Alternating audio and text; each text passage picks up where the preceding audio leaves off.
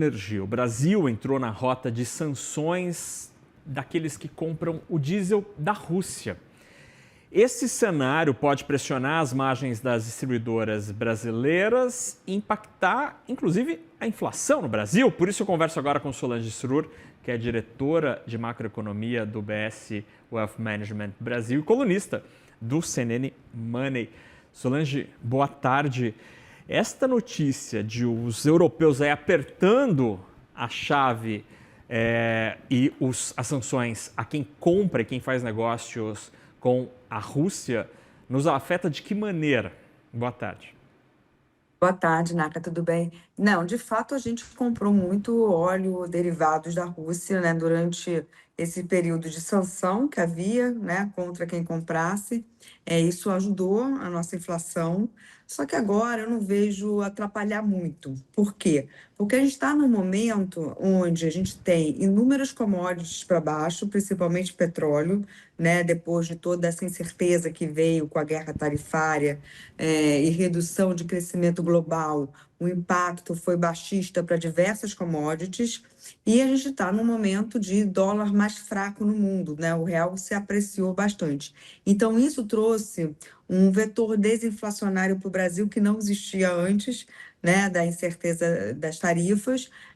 Então, nesse momento, eu não vejo que isso possa atrapalhar muito acho que o provável plano do Banco Central aqui, que é de parar de subir os juros já na próxima reunião.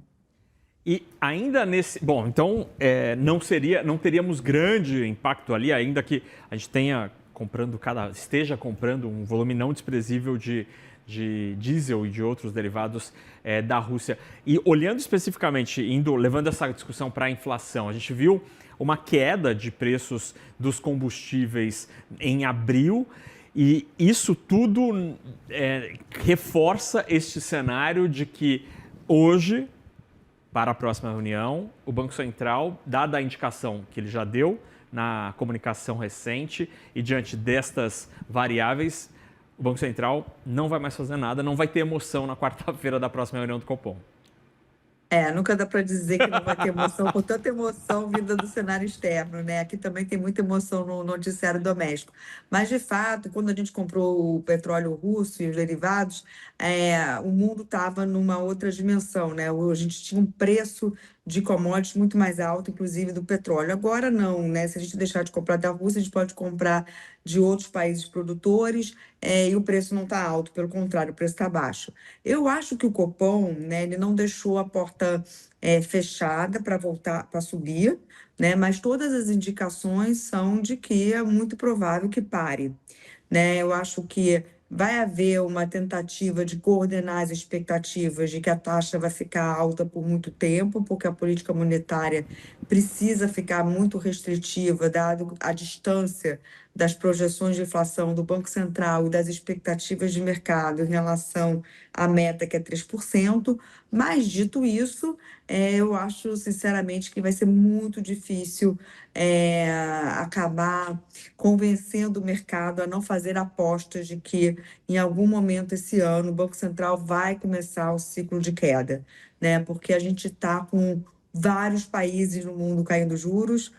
Os Estados Unidos é um caso à parte, onde a queda de juros provavelmente vai ser adiada, ainda mais agora que o risco de recessão diminuiu, né, com esse novo alívio, entre aspas, que o Trump deu, essa trégua de mais 90 dias para negociar com a China, mas o mundo todo está caindo juros, grande parte dos países estão caindo juros. Eu acho que o mundo vai crescer menos, tem essa pressão de commodities para baixo, desinflação vindo da China, câmbio mais apreciado. Então, eu acho que vai ser um discurso duro, né? Muito provavelmente prometendo o que a gente chama no mercado de high for longer, né? Ficar alto por muito tempo, mas o mercado vai ficar duvidando por algum tempo, a menos que o câmbio volte a depreciar e a gente tenha um cenário de commodities mais alto. E Solange, aqui no Brasil, esse tão esperado movimento de alívio, olhando lá para frente, né, de alívio monetário, ele tem um piso hoje, porque na pesquisa Focus, por exemplo, o pessoal não prevê, pelo menos até 2028, longe pra caramba, juro de um dígito. O juro de um dígito sim, não teremos mais no curto prazo aqui no Brasil, o fiscal impede voltarmos a ter juro de um dígito? É exatamente a questão fiscal.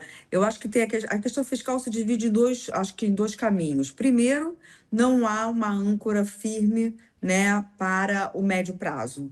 Né? O próprio governo admite que em 2027 o arcabouço não vai parar de pé sem mudanças em gastos obrigatórios. Então, a gente não tem previsibilidade nenhuma de quem vai ganhar a eleição, qual vai ser o Congresso eleito e quais vão ser as reformas que vão ser propostas e aprovadas. Então, muito dificilmente as expectativas de inflação de médio e longo prazo recuam e, com isso, traz um piso para a Selic. Né? Fica difícil imaginar um juro real da época que a gente tinha uma regra crível, né, de quando a gente criou o teto de gastos. O outro ponto é que a política monetária está perdendo eficácia, sim, porque existe uma série de medidas que aí não necessariamente são fiscais, mas são medidas de subsídio ao crédito. Cada dia uma notícia diferente, né? Crédito para comprar moto, crédito para reformar casa, crédito para outras coisas, mas há uma taxa subsidiária. Então, se você tem uma parcela da economia que trabalha ou vai trabalhar com uma taxa abaixo da Selic,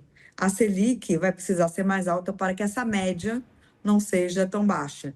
Então, a gente já discutiu isso e já viveu isso em vários momentos da nossa história, né? Quanto maior for o acelerador, quanto mais forte for o acelerador de políticas creditícias subsidiadas, que estão cada dia mais, né, na mídia e provavelmente saindo do forno, menos espaço vai ter o Banco Central para cair os juros e mais pressionado, inclusive, vai estar o juro de médio e longo prazo, né, para quem não recebe esse subsídio.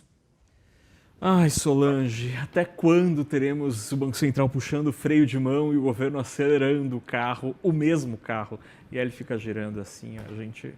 Ainda bem que a gente tem Solange Surur para entender melhor este quadro tão nebuloso. Solange, obrigado pela conversa. Bom finzinho de quarta-feira para ti. Obrigada para você também. Beijo.